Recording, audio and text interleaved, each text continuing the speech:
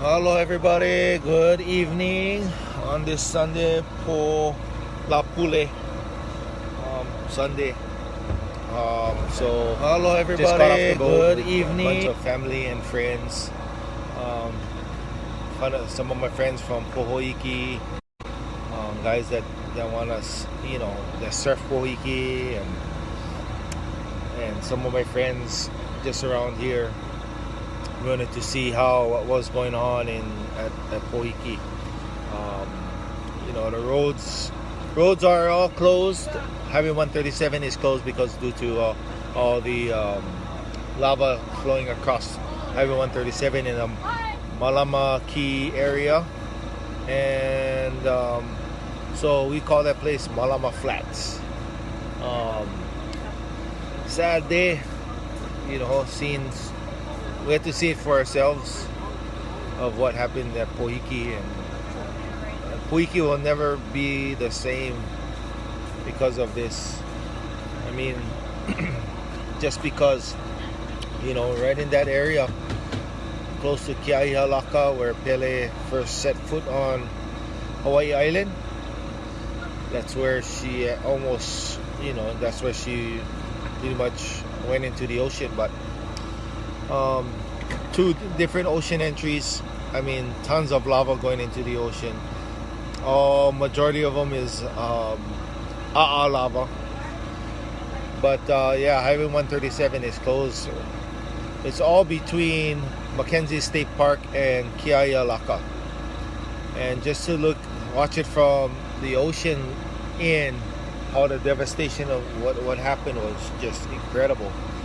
It came so fast down the road, down to the sea, that it's pushed all these albizia trees into the ocean. So that whole place was all flooded with albizia trees, and just crazy. So with that being said, I have one of my friends here. He used to be a volunteer and work. Volunteer for USGS, and he's one of the smartest guys I know. And his name is Philip Ang, and he's been around the hub from the beginning. On people that wanted to know had questions about the lava flow and all the eruption and and what was going on. He's here today, but he's been kind of answering everybody's questions here at the hub with his expertise on geology and volcanology. So it's so fascinating to be right in his presence and learn stuff every day from this guy. So I'm going to be interviewing him. If you guys have any questions, feel free to ask. But this is That's it. How's it going, Philip? That's it. Right. So we were just talking about what was happening on Fissure 20. Fissure 20 looks like it's starting to create. There's a huge crack. Can you tell us about that? Yeah. So the crack was new this morning, and from the pictures, it looks like it's pretty wide and pretty deep. And it's taken most of the flow from that Fissure 20, and it's going into the crack now, filling that space that formed underground. Do you have a picture of the crack? Yeah, let's see. Here. So this is Fissure 20. Right here. This is all Fissure 20, and right here there's a huge crack. The lava is actually going into. So this right here, this is where the channelized lava was, right? Yeah, it was coming. The channel went this way and down around behind the hill that way. So it went down in this area and down over this. So this is all Lanipuna right here. Yeah. All Lanipuna. Some of the houses are still there. But this was one of the major flows that was headed towards Pohoiki. That was feeding the eastern flow. Yeah, the eastern flow. So now, as you can see, this picture was taken today? This morning. So yeah, what do you think about that? Yeah, so the real concerning thing here is that for a crack this big and wide and deep to open, there's got to be something pushing underground, yeah. So the reports were that yesterday the GPS had stopped moving, but would suspect that the ground has been moving again today to allow these cracks to open up. And the concerning thing about this is that the reason this is happening, it's probably being pushed by magma from behind. So we know that Pu'u lava is starting to emerge from the fissures now, but it seems likely that being pushed from behind by the Halemaumau lava, that the surge of the flow is still coming. That's a big concern, yeah. So we've seen increased output, but still at moderate levels, and it seems like with that's still increasing, and we're not sure how much it's going to keep increasing. And just all by earthquakes or anything, monitoring earthquakes up on the rift zone. Yeah, there haven't been as many earthquakes, more at the summit, as the summit's still kind of sagging because all the magma left. If there's any kind of silver lining, is that that the magma there is gone. That means at some point we're going to run out, or at least have a lower supply of it. But that's not going to happen probably for a long time. Yeah, it could be several weeks, it could be a few months even potentially before that happens. So the key point is that this is still, as much as we've experienced as humans, this is still the beginning of the main eruptive phase of what's going on with this lava. So you think, as far as like, the extent of the flow, so what we're seeing now is just a beginning of a huge eruption. Yeah, so I mean the main body of magma that's from Pu'u and Halemaumau behind it combined is just starting to arrive in the last couple of days. Wow. And it took, well, we could guess maybe a couple weeks to get all the way here and all the way out, right? So it's not unreasonable to think that it might take a similar amount of time to get all the way out again. Yeah, a few weeks would be a reasonable guess. Although the caveat is that with this much pressure being pushed in, there could be cracks opening up anywhere along the rift zone that allows this pressure to come out. The more it pressurizes, the more unstable it becomes, yeah. So this whole east rift zone could be jeopardized, even Highway 130 could be jeopardized still yet, right? It could be, yeah, still uprift for 130. It's still possible that the pressure is enough that it unzips it downrift to Kapoho. That's possible also. I mean, the whole east rift is still in play, unfortunately. We hope that it kind of makes use of the outlet that it has now that's made it all the way to the ocean, and presumably is forming a big lava tube, but there's no guarantee of that happening, even though that's what we hope for. Wow. So that crack that developed today has also just been sucking a lot of lava into the crack. So, the question is, how big is the crack, and how much lava will it take to fill up this crack, right? Yeah, and then what happens next? Does it spill over, or does it make use of the western vent that's going to the ocean and bypass this eastern vent? It's all this stuff is just like the shape of the nozzle of the eruption at the surface, and what's happening right under the ground is just or more as important to figure out which way it's going to go. So one of the questions that we just heard from Tiara Kilihomalu, could lava flow down in other areas as well? Yes, it could. I mean, not without something big changing first, right? So a new crack has to open up somewhere for it to start flowing down there. So we'd look for that kind of change happening, but as we've seen, that can happen pretty fast. Yeah, just like we saw with this Fissure 20 opening up, that can happen pretty fast. And you would expect a lot more cracking as the big bulk of the magma is arriving in the area. So we should expect a lot more cracking happening. The ground should be moving quite a bit. Where it pops out, no one really knows. And also, by Ryan Finlay, has a tube formed yet, do you think? I don't know for sure, but I'll be surprised if it's not forming as we speak. Yeah. Especially that western flow. The eastern flow, now that the source has been cut off at the rift by that new crack, it may be collapsing before it has a chance to fully form. But that western flow seems likely that the longer it gets established, the more likely it establishes into a wall form too. Another question by Wailani Gonzalez. I read something saying that the hotspot is more under Lo'ihi than Big Island. Is that true? Well, so the hotspot is an area that's kind of ambiguous. We don't exactly know what we mean. Different people say it means different things. But one thing we can say for sure is that there's 3 volcanoes that have been very active on this corner of Hawaii Island for a while, that being Kilauea, Mauna Loa, and Loihi. So the way I imagine the hotspot myself is like a circle that includes all of those volcanoes. Yeah. So it is kind of moving towards the Loihi side, but it's still very much underneath Mauna Loa especially, and obviously Kilauea as well. Can it open up, open down?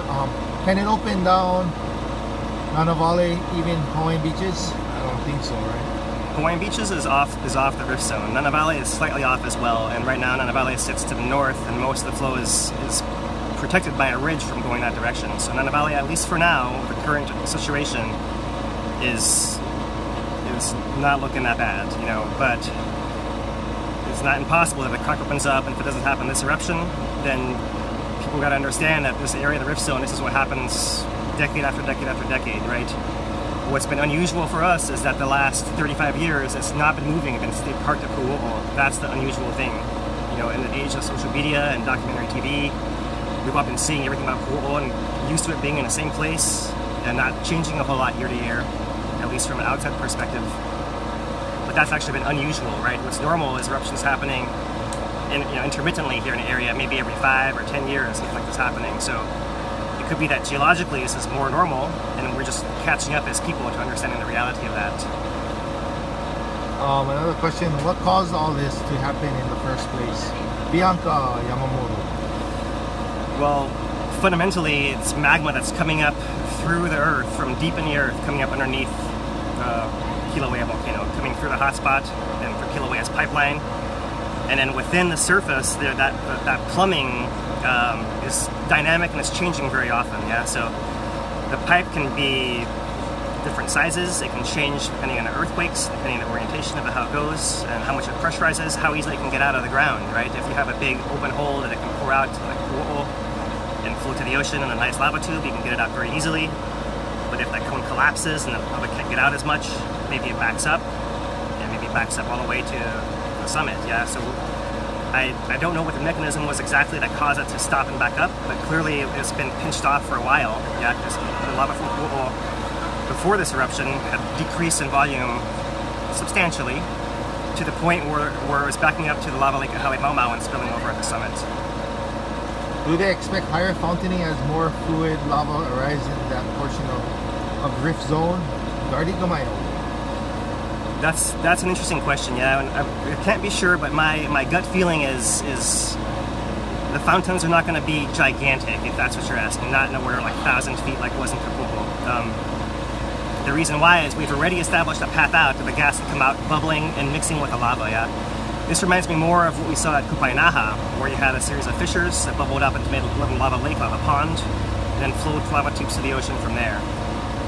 So we could expect these similar fountains as we're seeing now, you know, where it's maybe 100 meters in that order of a few hundred meters, not a few hundred, you know, a few hundred feet or 100 meters or so, but not anything gigantic like Pu'u or Kilauea, just because we haven't seen the buildup that leads up to that happening as far as the gases involved. Yeah. And then Ryan, in 1955, the flows started down below and worked their way uprift. What caused them to move uprift? Could it be possible? Yeah, they jumped around quite a bit. I think the first flow in 55 was around Leilani. It jumped down towards Kapoho, then back uprift. Yeah, so it kind of bounces back and forth.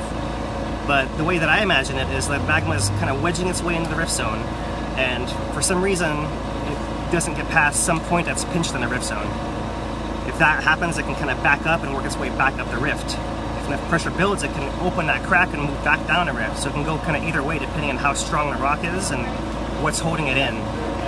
And it's kind of a game between how strong the magma can put pressure on the rock and how easily it can crack open back up the rift at the same time. So that's something that's really impossible to predict. We just know it's very pressurized and that kind of thing is likely to happen. Couldn't tell you where exactly though. Can Pu'u and Halimau refill? Halimau will definitely refill. It's just a matter of time. It could be years before that happens, but that's just a matter of time. Pu'u itself is kind of it's a surface feature on a landscape, yeah, and whatever was feeding Pu'u below from the rift zone, that seems to have been destroyed. The collapse of Pu'u and the fact that we have that deep crater in there now would seem to indicate that whatever plumbing was inside of that thing is now destroyed and gone. So lava could pop open somewhere near that area again, certainly, and it will someday for sure. But maybe not within that crater itself. And whether you want to call it Pu'u at that point again or not, given that's going to have a rebirth, so to speak, that's a different question entirely. And is there any, concern about Mauna Loa? Because a lot of people, that's one of the biggest questions, Mauna Loa erupting again. Well, so Mauna Loa is going to erupt again, that's for sure. And it's going to happen sooner than later. It's going to happen in our lifetimes, yeah, that's for sure as well. But it does not connect to Kilauea and what's happening in Kilauea right now, at least directly, right? I mean, the magma from Kilauea is separate from magma that feeds Mauna Loa. So there's no connection there, and the eruption of Kilauea by itself doesn't have to affect anything in the magma from Mauna Loa. Now, the volcanoes do lean on each other, so it could be that by Kilauea moving, it allows Mauna Loa to move a little bit as well, and that could have some longer-term implications. But for the moment, short-term, no, there's no effect. The Mauna Loa effect is nothing we're worried about right now. Is the cinder cone forming from Fissure 70 possibly be the new active zone replacement for Pu'u? That's been a popular idea, but recently I'm tending to think no. The reason why is the most recent USGS data that I've heard from that fissure is that it's erupting kind of lava we call andesite. All that matters is that's an older lava that's been sitting in the ground for a while, and they weren't sure exactly how long it's been there, at least since 55, but possibly 1924, possibly from 1840, so it's been there for a long time. And the longer it sits there, the more the crystals can form there and then change the chemistry of it and makes the lava that's left over a lot stickier. And that makes it so that it can trap the gases more. So when the gases try to come out, they can't just bubble out in a regular fountain. They have to break that sticky lava in order to come out. And that's why that event in particular is causing such loud explosions and shooting lava so far in the air, is because it's that older lava, right? And if that's the case, it's also not as fluid. So it's not going to go as far, and it's not likely to be the established conduit. So it probably got pushed from behind or below by what's coming from Pu'u now. And I would say that more likely it looks like that fissure 20 to 22 is where most of the gas and lava is coming out from Pu'u. At this time, that's the most likely main vent. Although that could also change very quickly. And another last question for tonight is, why is SO2 such an issue with this eruption? That's from our cousin Amy Ka'awaloa. I think my short answer is that it's coming out where people live. Yeah, it's been coming out from Pu'u and from Halemaumau for a long time and in huge amounts. The difference is now it's where people are right within a short distance of it, where the fumes are the most intense. They don't have a chance to disperse by going with the wind very far, and that's really the big danger. Yeah. All right. So you heard it from Philip. He's my good friend Philip Ong. He used to be part of the USGS team. Yeah, as a volunteer. Yeah. And just to have my disclaimer, I don't work for the USGS. Yeah, this is all my personal opinion, and not representing what they're putting out, which is they're doing awesome work and they're doing a great job. So hello everybody. Well, we'll be getting him back on camera later on, probably tomorrow, and ask. I like to have him because he's so smart and he knows everything what's happening around our neighborhood. So tomorrow we'll be at the flow tomorrow, kind of watching what's going on, and we can have an explanation of what's going on. So, well, hello, brother Philip. Thank you for being on my feed here. And hello, everybody. And what we all say, stay classy, Bruno. Stay classy.